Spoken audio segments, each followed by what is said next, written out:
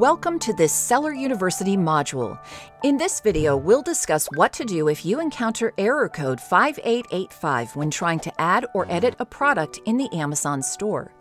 Error code 5885 means you cannot change a product detail page, add offers on another seller's generic product, or copy the product detail page to another store.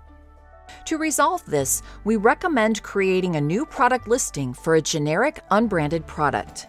If you believe you are complying with Amazon's policies, you can contact Selling Partners Support by navigating to Help, then Get Help and Resources.